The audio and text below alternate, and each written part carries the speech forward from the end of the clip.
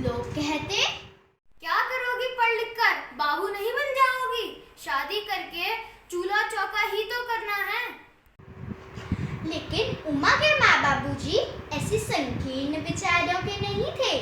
जिस दिन से हमारी नन्ही उमा ने लिखना सीखा, जाने कहां से रोज नई नई चीजें जुटा लाती और जहां मन आता वहां लिखती रहती। कोयले का टुकड़ा, छोटी सी कलम, टूटा फूटा पेन, जो भी मिलता अपने खजाने में छुपा लेती और दीवारों पर, बाबूजी के बही खातों में, दीवार पर टंगे कैलेंडर पर या अपने भावती के नॉवेल पर जहां मन आता वहां लिख डालती। एक बार नादान उमा ने अपने बड़े भाई गोविंदलाल, जो एक पत्रकार थे, उनके एक लेख को बिगाड़ दिया। अरे क्या कर रही हो? जहाँ चाहा वहाँ लिख देती हो, जाती हो या दूं एक। बेचारी उमा रुआंसी हो गई। भाई साहब ने उसका पेन और पेंसिल भी गुस्से से ले ली।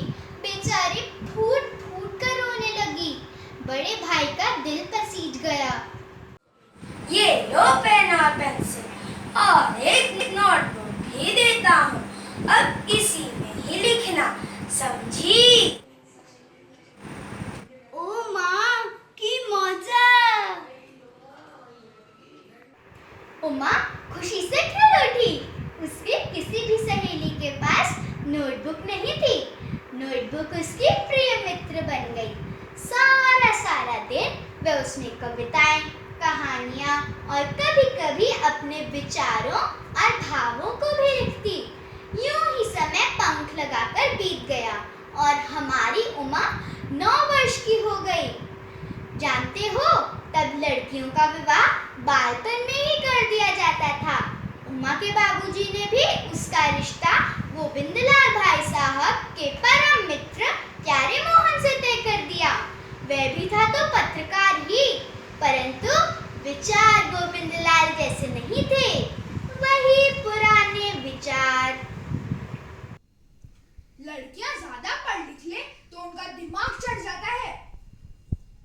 सुनहरे गोटे से सजी, चटक लाल रंग की बनारसी साड़ी में सजी गुड़िया सी उमा बहुत ही प्यारी लग रही थी, परंतु उसका दिल जोर जोर से धड़क रहा था। वह अपनी माँ को छोड़कर नहीं जाना चाहती थी, लेकिन माँ ने समझाया। सुनो बिटिया, ससुराल में अपनी सास का कहना मानना, घर के कामों में उनकी मदद करना, सारा दिन यूं ही पढ़ाई लिखाई में खराब मत कर देना, सूझो छो। बड़े भाई साहब ने भी चेतावनी दी। दीवारों पर बिल्कुल मत लिखना और ना ही प्यारे मोहन के किताबों और लेखों पर। ऐसा किया तो वो गुस्सा हो जाएंगे। भोली भाली उमा तो बस इतना ही समझ पाई कि उसे नए घर में ना तो माँ बाबूजी जैसा लाड प्यार मिलेगा और ना ही उसकी नादानियों को माफ किया जाएगा। भारी मन से वह ससुराल को विदा हुई। उमा को अपनी आया जशोदा माँ से बहुत लगाव था। वह कुछ दिन उमा के साथ उसके ससुराल में रहने वाली थी, ताकि उमा नए घर में पांव जमा सके। उमा बिटिया, तुम ही जानो मैं तुम्हारे लिए क्या लाई हूँ? तुम्हारी नोटबुक।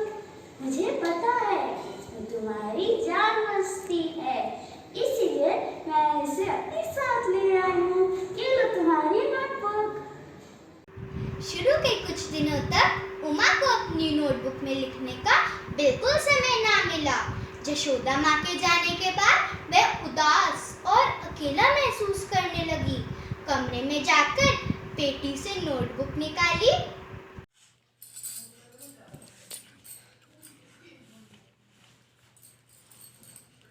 आज जशोदा माँ वापस चली गई, मुझे भी अपनी माँ के पास जाना है।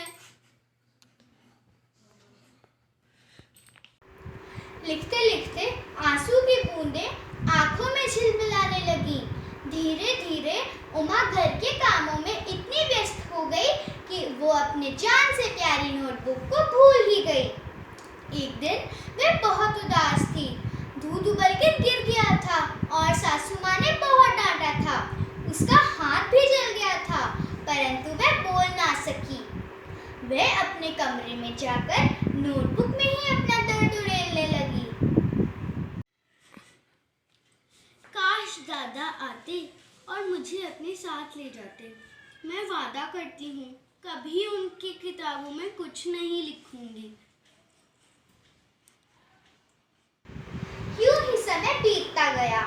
एक तो बार बाबूजी ने उसे मायके ले जाने की सिफारिश भी की, परंतु प्यारे मोहन और उसकी माँ ने साफ मना कर दिया। बेचारी उमा माँ बाबूजी को मिलने को तरस गई। एक बार की बात है, घर का सारा काम निपटाने के बाद जब उमा अपने कमरे में गई तो उसकी नंदों ने उसे नोटबुक में लिखते पकड़ लिया। वे सब उमा का मजाक उड़ाने लगी। सबसे छोटी तिलक मंजरी ने जाकर भाई साहब प्यारे मोहन से उसकी शिकायत भी की। प्यारे मोहन ने आकर उसकी खबर ली।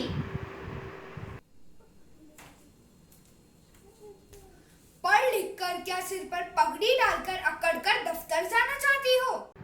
मासूम उमा ना तो अपने पति का व्यंग बाण समझ पाई और ना ही यह समझ पाई कि पढ़ने लिखने में बुराई आखिर बुराई क्या है। वह तो बस रोती रही और उसने नोटबुक में लिखना बंद कर दिया। दुर्गा पूजा का त्योहार था।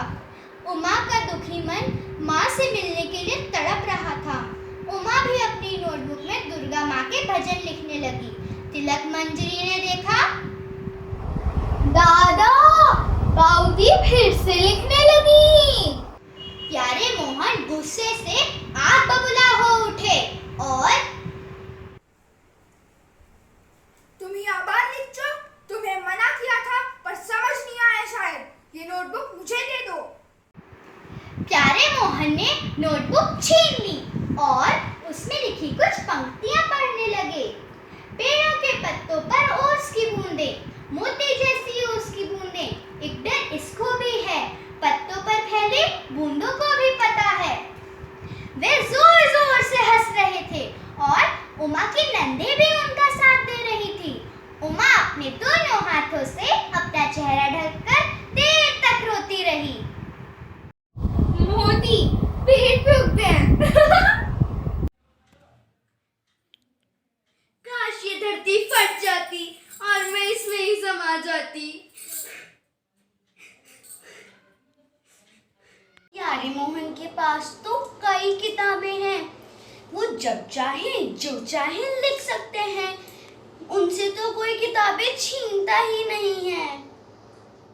और भी ना जाने कितनी उमा ऐसे संकीर्ण मानसिकता के कारण शिक्षा से वंचित रह जाती होंगी। उनकी इच्छाएं कुचल दी जाती होंगी। आखिर कब तक यह समाज यूं ही भेदभाव करेगा? आइए प्रण लें कि अपनी बेटियों को शिक्षित कर समाज को नई दिशा देंगे। जरूरी नहीं रोशनी चिरागों से हो, बेटियां भी घर में उजाला करती हैं।